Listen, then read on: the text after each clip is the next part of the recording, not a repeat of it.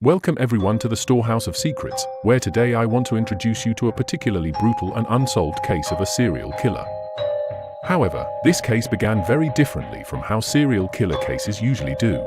And why do I say that? Because the killer murdered nearly a dozen people without leaving a single trace, so much so that the police had no knowledge of any of the murders until February 2nd, 2009, when a local resident made a shocking discovery. We're in the early morning hours of February 2nd, 2009, around 7 a.m. A local resident went for her usual morning walk with her dog in a part of Albuquerque called West Mesa. This area was a quiet, open desert space with some early signs of construction visible. A large housing development was supposed to be built there, but the 2008 financial crisis brought the project to a halt. When they reached the open terrain, Christine let her dog off the leash and it ran around freely until she suddenly noticed the dog had been standing in one spot for minutes, sniffing and even starting to dig. At first, Christine thought her dog had found an animal carcass, so she quickly ran over. But the moment she saw what had come out of the ground, she froze in shock. She saw a large bone that appeared to be human. Before calling the police, she sent a picture of the bone to her sister, who worked as a nurse at the local hospital. Her sister immediately called her back and told her it was a human femur. Christine then called the police right away, and officers arrived at the scene shortly after. Forensic experts began digging, but soon found something they never could have expected. It was a mass grave with 11 victims, all women. A local detective named Ida Lopez was present at the scene. As the discovery unfolded, she immediately recalled that nearly the same number of women had been reported missing in the area over the previous years, and she had kept a personal list of their names. These women were mostly connected to drugs or sex work and had gone missing from Albuquerque between 2001 and 2005. It quickly became clear that they were dealing with a cruel serial killer who had been operating in Albuquerque for years, burying his victims just a few feet away from suburban homes, right in plain sight. As soon as the discovery was made public, the media gave the unknown killer a name, the West Mesa Bone Collector. Due to the number of bodies, the pressure on the police was immense, and they launched an intense manhunt. Police identified all 11 victims within days. Let's now get to know them. The women buried in West Mesa had several things in common beyond just the location. Most of them lived on the margins of society, struggling with addiction, poverty, and many worked as prostitutes before their deaths. Monica Candelaria was 22 years old when she disappeared in May 2003. She was known for her cheerful laughter and radiant smile. A young mother who struggled with drug addiction, her family reported her missing in June 2003 after not hearing from her for several weeks. Victoria Chavez was 26 years old when she disappeared in June 2003. Unlike the others, her disappearance wasn't reported until a year later. She had worked as a prostitute in her early 20s. Selenia Edwards stood out in several ways. She was only 15 years old, making her the youngest victim and the only one who wasn't from New Mexico. She had run away from Alton, Oklahoma, and was last seen in Aurora, Colorado, where she introduced herself as Mimi. How she ended up in Albuquerque remains unknown to this day. Doreen Marquez, 24, was a former cheerleader at West Mesa High School, less than a mile from where her body was discovered. Her friends described her as sharp-witted, stylish, and full of life. But after her boyfriend was incarcerated, Doreen turned to drugs. She was last seen in October 2003 after dropping her child off at school. Veronica Romero was 28 years old when she vanished on Valentine's Day, February 14, 2004. She was the mother of 5 children. She was last seen getting into a white pickup truck in downtown Albuquerque. When her disappearance was reported the next day, authorities replied that if she had entered the vehicle voluntarily, there was no cause for concern and she would surely return soon. When that didn't happen, the family launched their own investigation. They even hired a private investigator briefly, but no answers were found.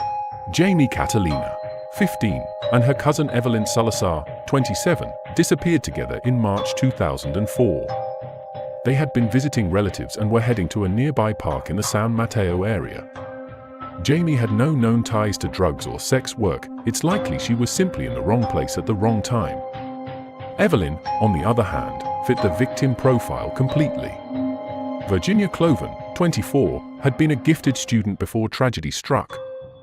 After her brother was murdered in 2002, she suffered a breakdown, ran away from home, and eventually became homeless. She disappeared in April 2004, but her family didn't notify authorities until June. Julie Nedto, 24, was a young mother who had previously struggled with alcoholism. However, according to reports, she had quit drinking after the birth of her child in 2001. She disappeared in July 2004, just days after visiting her grandfather. Her family said she would never have stayed away for so long unless something terrible had happened. The police took the case seriously and conducted an investigation for a month, but nothing came of it. Cinnamon Elks was the oldest victim at 32. Her last arrest was in July 2004, though she had had multiple prior run-ins with the law. When she failed to call her family on her birthday in August, a call she never missed, they knew something was wrong. Due to her long criminal record and transient lifestyle, her disappearance was difficult to trace. Michelle Valdez was 22 years old and 4 months pregnant when she disappeared in September 2004. Her unborn child became the 12th victim in the mass grave. Michelle had dreamed of becoming a singer or a lawyer. Her parents said she had always been the great hope of the family. As forensic experts identified the victims, a disturbing pattern began to emerge. Nearly all of them struggled with addiction, and most had been involved in sex work. They all disappeared from a small area of Albuquerque between 2001 and 2005. And then, just as suddenly as it began, the killing stopped. Why did the murders end? What happened to the killer that made him stop in 2006? That's what we're trying to uncover today. The investigation. The discovery of the burial site triggered one of the largest and most complex crime scene investigations in New Mexico's history. For months, the once quiet desert area became a bustling hub as investigators dug through several acres of land in search of more bodies. Workers moved over 100,000 cubic meters of earth, sometimes digging as deep as 5 meters. Cadaver dogs scoured the site, aided by ground-penetrating radar and satellite imagery. Nothing was left to chance. The killer had used this part of the desert as a cemetery for years. Some of the bodies had been underground for nearly a decade, so much of the evidence had already deteriorated by the time it was found. There were no clothes, personal items, or IDs. Investigators had to rely on dental records and missing persons reports. Over time, the list compiled by Detective Ida Lopez began to match the remains unearthed from the ground. A few months after the bodies were discovered, authorities made a breakthrough using an unusual method: satellites in space. Investigators examined satellite images of the area taken between 2003 and 2005. The images revealed faint traces. From these photographs, they were able to determine when the killer buried his first victim, how frequently he returned with new ones, and even traced tire tracks that led them back to the street the killer used to drive into the desert. Unfortunately, they couldn't track the trail any further. While this information didn't directly lead to a suspect, it greatly supported the work of law enforcement. Since it was nearly impossible to gather more evidence from murders that happened so many years earlier, investigators decided to approach the case from a different angle. Why did the killer suddenly stop murdering in 2006? What changed? Did the killer move away? Perhaps he died? Was he arrested? Or did he simply adopt a new method, possibly hiding his victims in a new location? Investigators immediately began looking into reports of missing women after 2006, but they couldn't find a single case that matched the killer's profile. During the investigation, they re-interviewed all the victims' relatives and heard some very interesting rumors. Monica Candelaria's family had reportedly heard as early as 2003 that she had been killed and buried on the Mesa. According to them, when they went to the police with this information in 2003, they were told that without evidence, no investigation would be launched. However, it's worth noting that there is no record confirming whether Monica's family really told this story back in 2003, or if they only came up with it after the mass grave was discovered. Cinnamon Elks' mother said she had been told that a dirty cops was targeting sex workers, killing them and hiding their bodies in the desert. And if that weren't enough, Michelle Valdez's family said the same thing during their new interview, even though, supposedly, the two families had never spoken to each other before. So, two completely unrelated families came forward with almost identical theories to law enforcement. That, at the very least, is extremely intriguing. But if people already knew about these things back then, why didn't anyone investigate? Detective Lopez tried. By 2005, she had already noticed a pattern in the disappearances and requested the formation of a special task force. But her supervisor at the time responded, "These women will turn up." There was no need to investigate. But sadly, none of them ever turned up alive. And there they were, authorities with 11 victims, little information, and the biggest problem of all, the killer had a 4-year head start. Suspects. After the burial site was fully excavated and the victims identified, investigators turned their attention to the question that had haunted them from the beginning: who was responsible for all this? Over time, a short list of suspects emerged. Although no one has ever been officially charged in the West Mesa murders, two names kept coming up.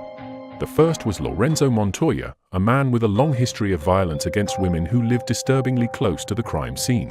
He resided just 2 miles from the mass grave and had been arrested multiple times for soliciting, assaulting, or harassing sex workers. In 1998, police caught him trying to force a woman into his car in a dead-end street. Authorities believed he was minutes away from killing her.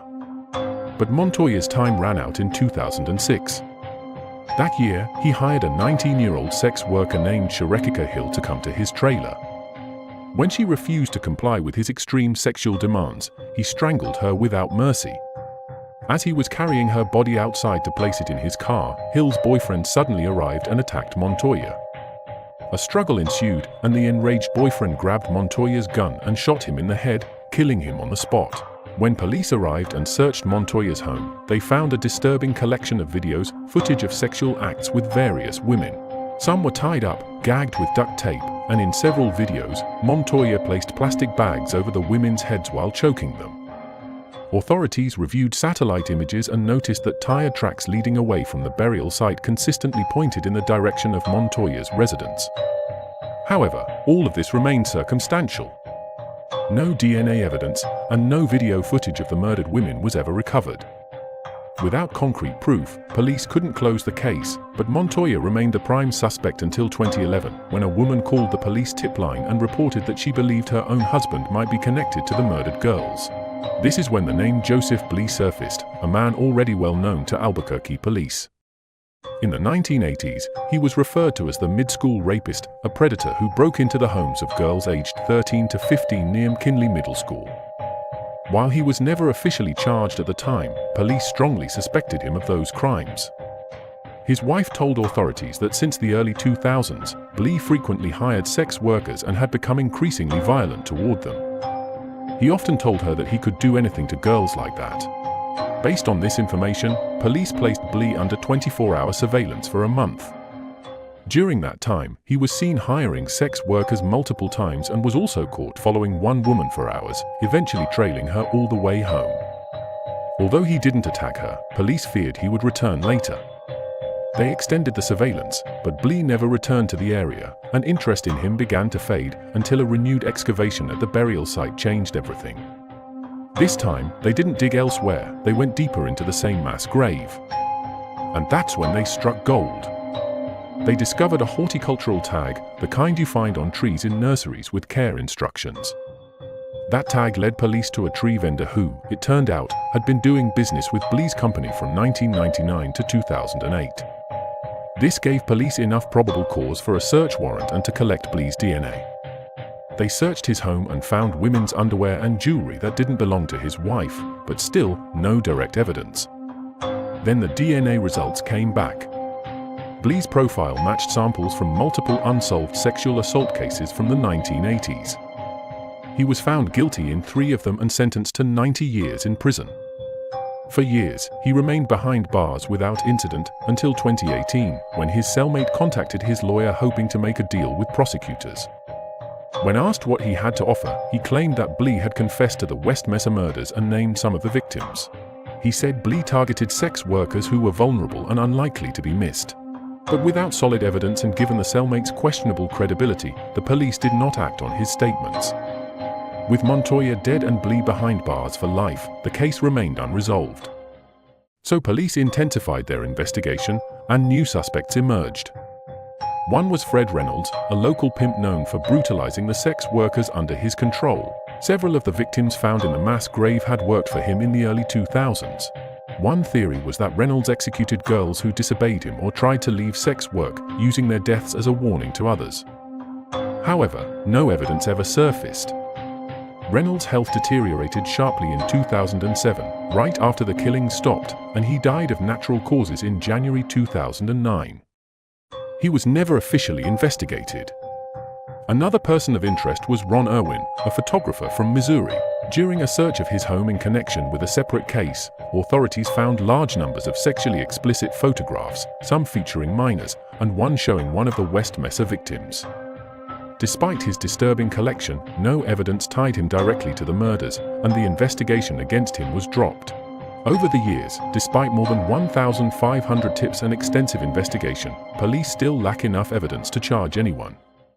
As of 2025, the Albuquerque Police Department is pushing for legal reforms, especially the right to compare deceased offenders' DNA with evidence from cold cases.